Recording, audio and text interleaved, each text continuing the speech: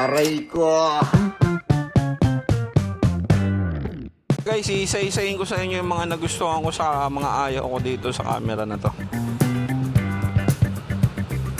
Unang-una guys, yung pagka-design niya, hindi siya ganun kalaki. Pag hawak mo siya, hindi siya madaling malalaglag sa kamay mo.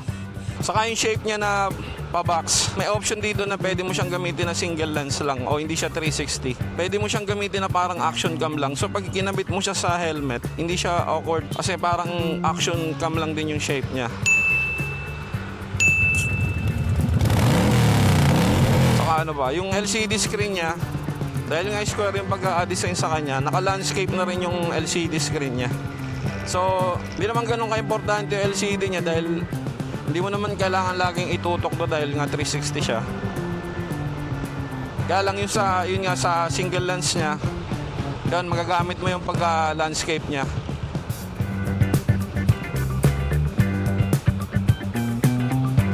Ano ba? So, may built-in na SD card na to guys. So may internal storage agad to na 100 plus gig. So parang pagkakaalam ko, parang kulang-kulang 2 hours agad yun sa 8K. Nagustuhan ko talaga yun kasi in case of emergency, naiwanan mo yung SD card mo o napunuan ka, meron ka pang backup na almost 2 hours. Yung 10-bit color guys, nasubukan ko na talaga yun sa Action 5, yung 10-bit color, saka yung D-Log M nila. Talagang napakadali niyang i-color grade. Kahit hindi naman ako expert o pro sa pagko-color grade, hindi na masama yung lalalabasan ng pagko-color grade. Natutuwa talaga ako pag nagko-color grade ako. Sa tingin ko, itong camera na to, naka-design talaga siyang i-color grade para mailabas yung full potential ng video ng camera. Parang yung Action 5.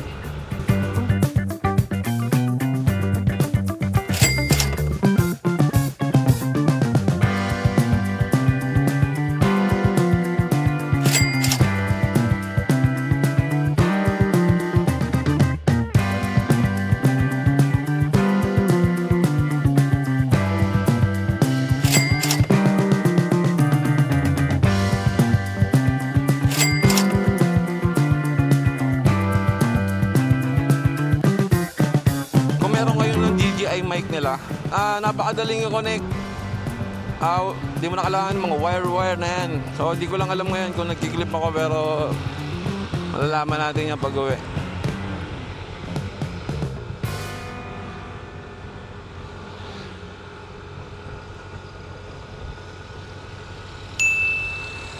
Isa pa yung kung adventure combo yung binili nyo guys, sulit na deal na nun kasi may 3 battery agad siya. Napaka-hassle pa rin nun kasi syempre hindi mo na kailangang hintayin siya ma-full charge pag isa lang yung battery mo, di ba? Palit-palit yan lang ng battery. So, yung battery niya kung may Action 5 kayo, parehas lang yun. So magagamit nyo yan dito. Magagamit nyo rin yung battery niya sa Action 5.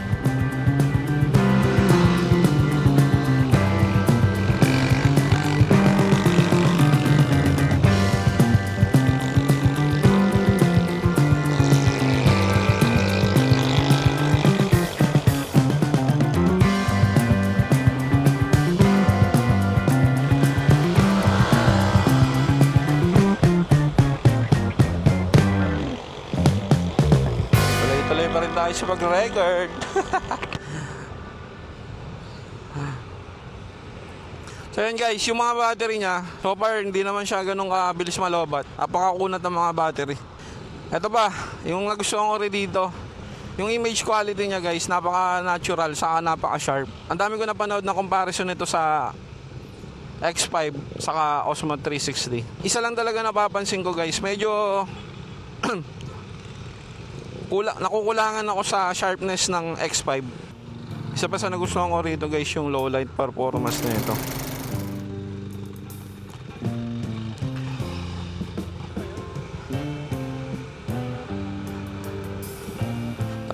Kitang-kita yung advantage ng mas malaking sensor sa gabi guys. Sa X5 kasi parang masyado siyang AI dependent. Parang hindi na siya ganun ka-natural. Dito naman, napaka ano niya, napaka natural din niya kahit sa gabi.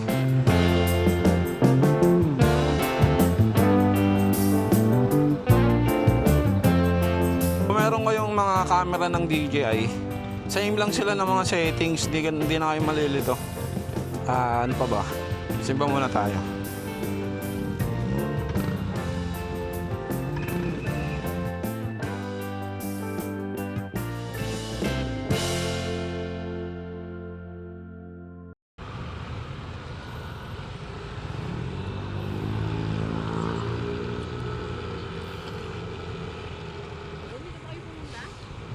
Oh.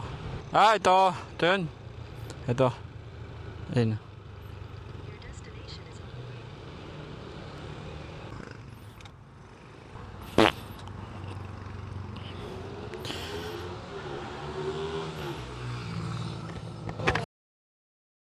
Bruh.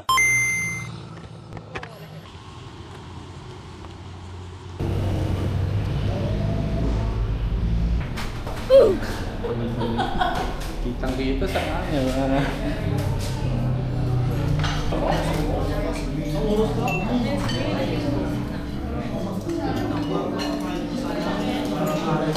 Apa tayo?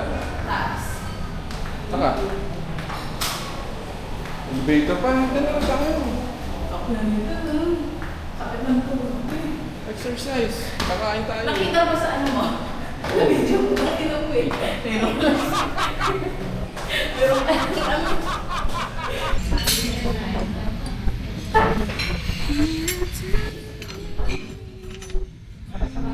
Single lens.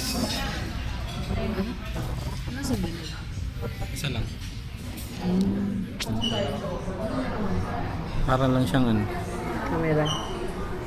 Camera naman talaga to eh. Anong parang camera? Sinasabi mo dyan.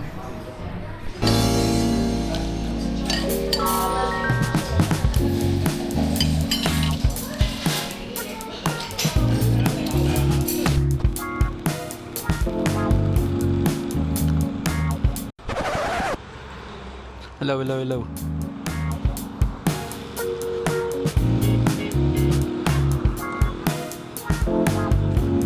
Yung mga ayaw ko naman dito sa camera na to yung pag-usapan natin. Ha?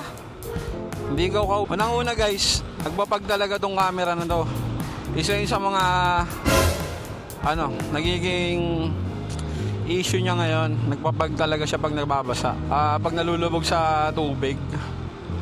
Lalo na pag medyo malamig talaga yung tubig, tapos mainit na yung camera, talagang nagpapag siya. Hindi kagaya ng X5, parang tingin ko walang issue ng ganun yun eh. Pero ito talaga nagpapag.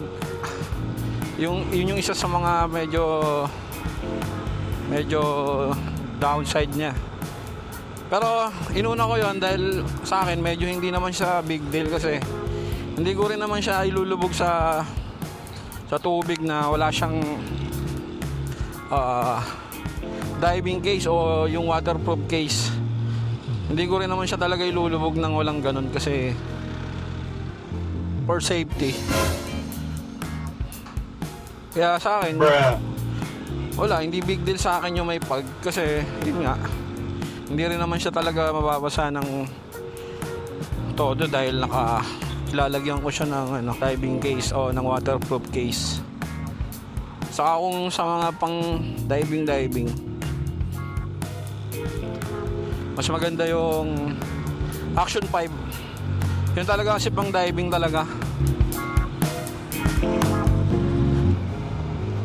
Namiss ko na yung sniper ko. Sa pa hindi ko nagustuhan dito is yung app niya sa cellphone. Hindi ko alam kung sa cellphone ko lang talaga o talagang walang kwenta yung app, yung editing app niya sa pagre-reframe. Lalo na yung sa Windows na app niya. Wala pa siyang AI tracking. Pero meron sila sa Mac OS. Bakit sa Mac OS lang kompleto yung mga features ng apps? Saka walang kwenta talaga yung apps guys. Hindi siya polished. Pero may naman tayo dyan, may solution tayo dyan. Pero pa akong isang hindi nagustuhan dito. Pag-handle niya ng warp o yung distortion na laging nakikita sa mga 360.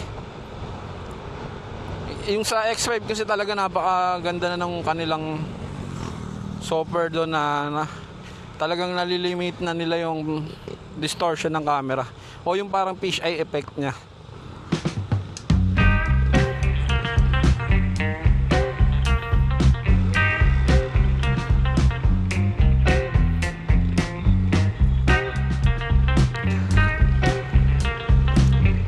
Ay, nabangga.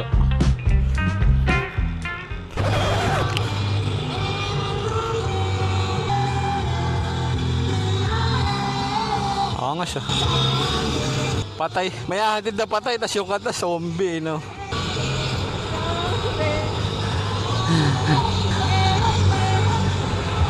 Ang ganda.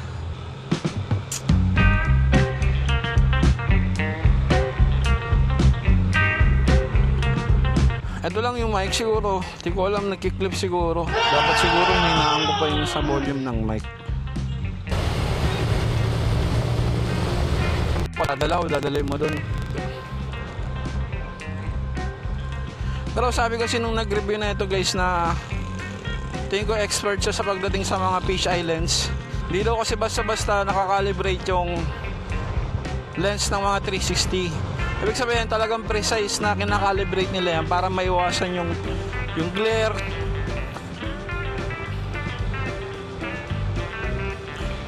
May dahilan talaga si DJI bakit hindi easy replaceable yung lens niya. Pero syempre, downside pa rin yung para sa akin kasi medyo nakakaba talaga. Pag nagasgas yun, pagagawa mo na yun. Dilim. Ay, nandun pa tayo natanggalan sa kain. So far, yun pa lang naman yung napapansin ko sa kanya. Totally satisfied talaga.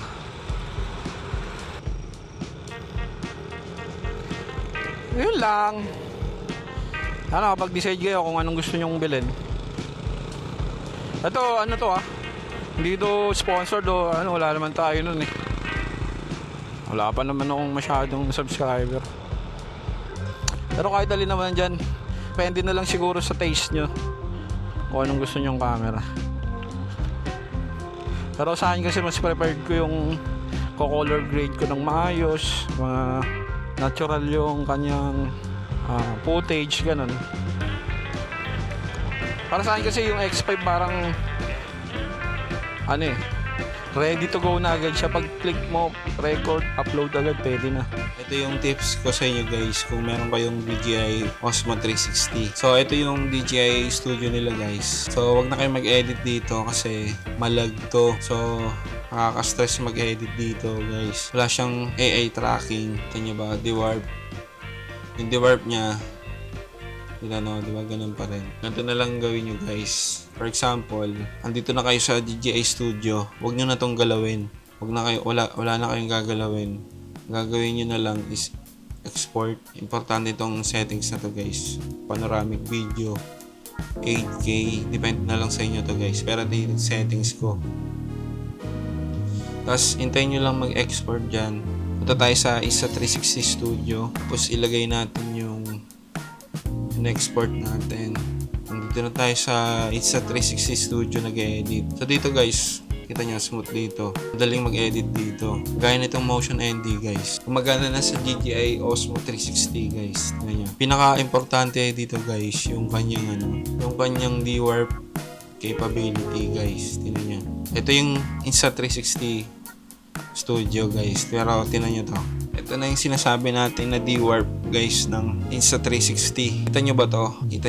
So kita nyo ba to? Tuwid na tuwid yan, di ba? Tingnan nyo dito sa DJI Studio. Baloktot guys. Yan yung distortion. So i-match natin para patas. So nasa 1 na siya. Nasa 1 na din. So yan, halos kaparehas naman siya. Same timestamp. Same.